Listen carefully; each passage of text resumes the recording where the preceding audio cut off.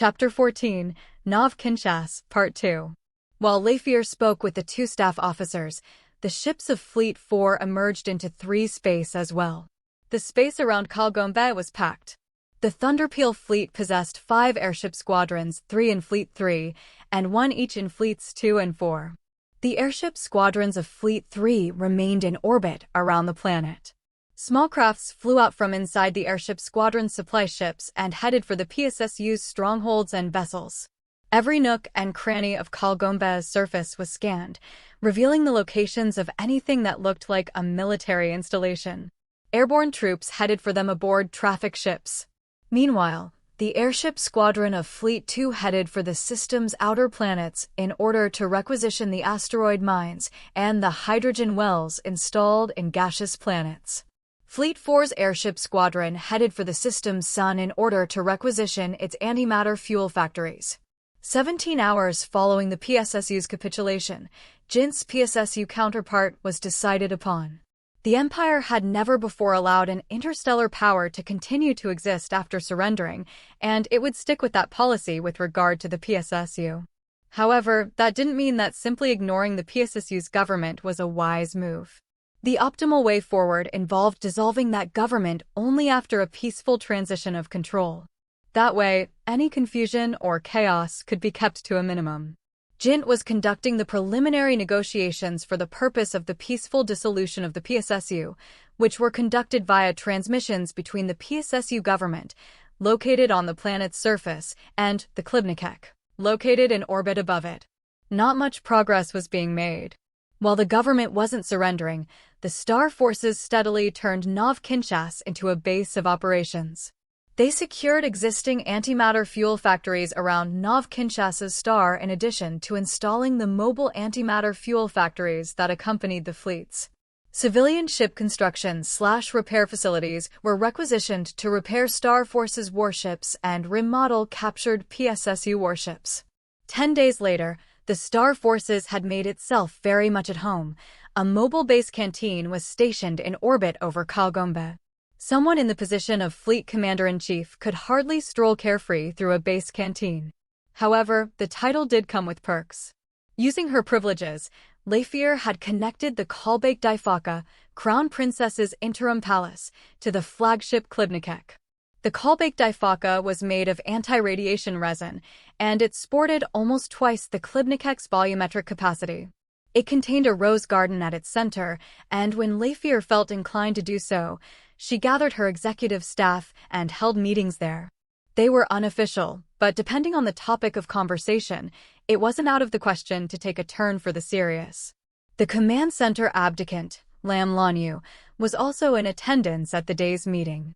As if to declare she was merely listening in, she was drinking some tea at a table she had set up a distance away from the meeting table. The dome over the rose garden was transparent, and the planet Kalgombe was suspended in the sky. I was told that even if the PSSU government surrenders, that won't mean that each individual star system will do so, reported Jint. I knew it, nodded Lafier. I must say, though, they're taking their sweet time. Are they stretching this out on purpose? The Empire's greatest matter of concern was whether, or not, the many star systems that were not yet occupied would be turned over smoothly. That may be, ma'am. They had the gall to say. The PSSU government doesn't have the right to order each of its star systems to surrender, said Jint. Jint was usually mild-mannered, but today he looked beside himself with indignation. The negotiations must have ticked him off something fierce. Lafier was secretly delighted. Serves you right. Then we won't be obtaining the PSSU's cooperation? Asked Sabash. Oh no, we have already been given each star system's data, including classified information, and it's all currently being analyzed. We've also been promised that if any information is lacking, they will provide us with more. Plus, I don't know whether we can call it cooperation per se, but after the PSSU government surrenders, they've said they will dispatch sovereignty restorers to each star system. What's a sovereignty restorer? Asked Lafier. The PSSU government was operating under the pretense of being entrusted with each system's sovereignty. Once the PSSU government surrenders, that sovereignty will lose all basis, so they're restoring it to each individual system. Meaningless nonsense. That sovereignty will of course go to us. Nothing is getting restored to anyone. Fleet 5 had already set about annexing the PSSU territory stretching from the border of its former sphere of influence to Habamari. From what the reports were telling them, the Fleet 5 Commander-in-Chief, Star Forces Admiral Spore, didn't pay such matters of sovereignty any mind. If she found out about these sovereignty restorers, it would certainly amuse her. "We banned interstellar travel in the PSSU as a general rule," said a puzzled Sabash. "Are they asking us to approve interstellar ships for the restorers' sakes?" I reminded them of the interstellar travel ban, of course. In response, they said they're willing to have them take passage aboard our military ships. "Oh, what a generous offer," said Sabash sarcastically. "How do you feel about this, Quartermaster Kilo Commander Lin?" Jint shrugged. "To be frank, it's beyond my grasp, but it seems like it's important in the PSSU's eyes. If you approve of their dispatch, it might serve to soothe their souls. The citizens of the PSSU would soon become land-world citizens of the Empire." Like most of her brethren, Lafier wasn't really interested in public sentiment on land worlds, but she did care enough to want them to feel comfortable transitioning to land-world citizens. "The dispatch of the restorers will come after the PSSU government surrenders, right?" asked Lafier. "We can't afford to wait. They say they want us to let them send restorers to systems that our military has already gained control of," said Jint. "Bearing that in mind, I don't believe they will mind if it happens after the annexation is complete. It's almost like a funeral for the interstellar nation known as the PSSU," said the Fleet 4 Commander-in-Chief, Dasef. "If that's what this is," said Lafier, "then we'll pay them the respect they're owed. I don't, however, plan to go along with their funeral up to the point it slows down our schedule. First, we schedule the capturing of the star systems. Then, if and when it's possible, I'll approve of giving the restorers a ride." "Roger that," said Jint. "I will lead the negotiations in that direction." He sat back down. "Now then," said Dasef, "shall we set out soon for the post-harvest picking? Our subordinates have been resting for too long and are beginning to get bored." Fleets 2 and 4 were in charge of disarming the Alliance forces and incorporating the yet unconquered star systems past Habamari. This was the post-harvest picking to which Dasef referred. "Pull up the planar space map," said Lafier. The map floated up above the conference table installed in the Rose Garden. They were receiving moment-by-moment reports of the situation. The Hanian fleet was still squatting in PSSU territory, having amassed in the Emakushi star system. It was really quite ironic. From the start, Emakushi had been established and maintained as a military base to be provided to Hania. However, following the formation of the Four Nations Alliance, its importance diminished, and it kept scaling down from there.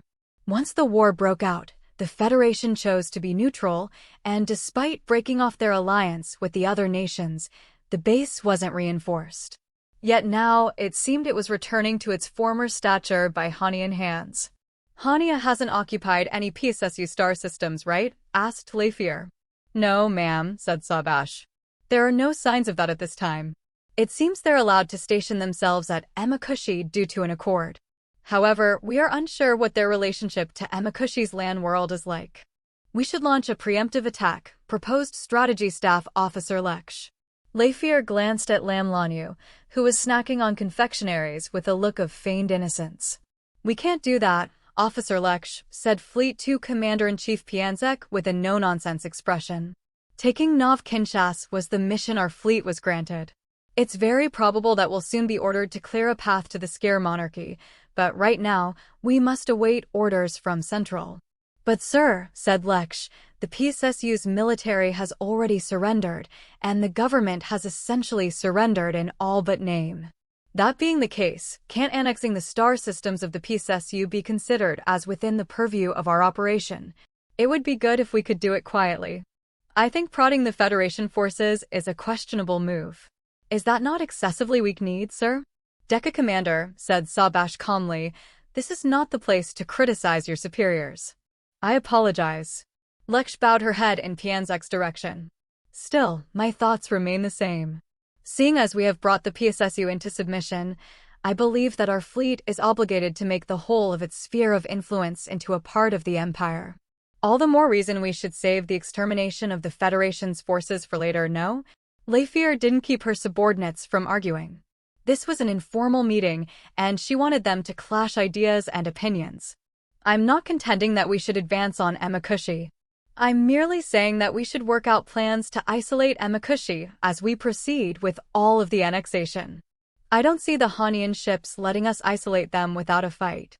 Fleet 3 is more than capable of dealing with them, sir. How would you feel if we have Fleet 1 scout out Federation territory, Fleet 3 hold the Federation warships in check, and the other fleets absorb the former PSSU territory? I see, said Sabash. You're saying that if the Hanian forces retreat, then you don't mind that result, either? Yes, sir. Leksh stuck her chest out with pride. Sabash looked relieved as he sipped his tea. Leifir figured that Sabash must have been testing her, in his Sabash way. If Leksh had given the wrong answer, Sabash might have pushed for her to be discharged. Well, given the choice, said Desef, maybe we should go and exterminate them. If we do so now, we'll take fewer losses overall. You're still of the opinion that if we exterminate the Federation forces in Emakushi, the Federation itself will then surrender? Asked an exasperated Pianzek. It's less of an opinion and more of a guess, he replied, a composed look on his face. And I think it's too early to conclude the possibility has been totally shot down. Might you agree with me, Officer Leksh? I have no way of knowing regarding the Federation's potential surrender, but I believe destroying those forces to be desirable insofar as it will prevent anxiety about the future. Nevertheless, as Glaherer Pianzek said, targeting the Federation forces for extermination deviates from the mission of our fleet. Then, unable to leave well enough alone, Leksh added, that being said, mightn't we be forced to exterminate them eventually? Pianzek looked at the planar space map and at Leksh's face in turn, then tilted his head to the side. Anxiety about the future? If we retake the capital through the Wesco portal, I fear there's a chance the forces in Emakushi will threaten us from the rear. Now we're well and truly getting ahead of ourselves, said Sabash, who glanced at Leifir's face. Leifir wondered whether Sabash was thinking the research she'd told Leksh and Nombok to do was gratuitous. Leifir deliberately sidestepped the issue. The Sodek Emakushi portal is a distance away from the Wesco portal. It shouldn't be cause for anxiety. If that's the case, said Leksh, then there's still less reason to exterminate them. Out of pure curiosity, said Desef, is it possible for our fleet, at its current strength, to retake the capital? That's not possible, replied Leifir immediately, and Leksh nodded with a chagrined expression. Your Highness, said Desef, have you by any chance called for reinforcements? If Leifir had to say, Desef's tone seemed concerned. She shook her head. I've done no such thing. That stage is yet to come. I'm just having her make that proposal. Leifir had ordered the report-bearer, Ekriwa, to suggest retaking the capital from the Wesco portal as the Thunderpeel fleet's next operation. Yet Leifir herself would likely need to come for an audience with the Emperor before the operation was finalized. She longed for it with a burning passion. She didn't, however, wish to continue to be told what her next mission was. In truth, what she really wanted was to be made the Supreme Commander. She wanted to make an impassioned speech at the Supreme Command base in favor of retaking Lokvakar at once. In any case, said Sabash, we can talk about that once Associate Commodore Ekriwa and her group have returned. Right now, we have to hurry and conquer the PSSU's former territory. I agree, nodded Leifir. We must incorporate the PSSU into the Empire's flesh and blood. Have Fleet 1 monitor the enemy forces in Emakushi for the time being. Fleets 2 and 4 are to sortie. Inform the PSSU government once the star system incorporation schedule is settled on. If they request permission to send envoys, then accommodate them as best you can. We have a tradition of paying dead nations their due respect. Commanders-in-Chief Pianzek and Desef left their seats and saluted before exiting. Jint stood upright and bowed his head. Do you have any other orders, ma'am? Leifir shook her head. No, then may we consider this meeting adjourned? Yes, that's fine, she nodded. The staff officers stood up all at once and saluted her. Once she returned their salute, they then saluted Lamlanu before exiting. Jint was the only one beside her now. Glaherer, let me guide you to the office. I know full well where the office is. She of course knew what Jint was insinuating. It was code for you've got lots of work piled up for you. I can go by myself. You just relay my wishes to the PSSU government. Roger that. Then Jint left too. Now then, Nisith, said Leifir, who stood up and saluted Lamlanu, allow me to take my leave as well. Fee, said Lamlanu, still seated. I'd like to inquire as to your estimation of Operation Thunderpeel's effectiveness, just out of personal interest. Ma'am, I'm sure you have choice words regarding my performance, but I take pride in having been able to accomplish the mission almost flawlessly. No, she replied, head tilted in confusion, and the corners of her mouth curled. Are you dodging the question on purpose? I didn't ask you for your self-assessment. It's your opinion of the operation you were given I want to know. Do you think that it was worthy of the Empire concentrating its efforts? No, she replied immediately. We should have concentrated our efforts into retaking Lokvakar.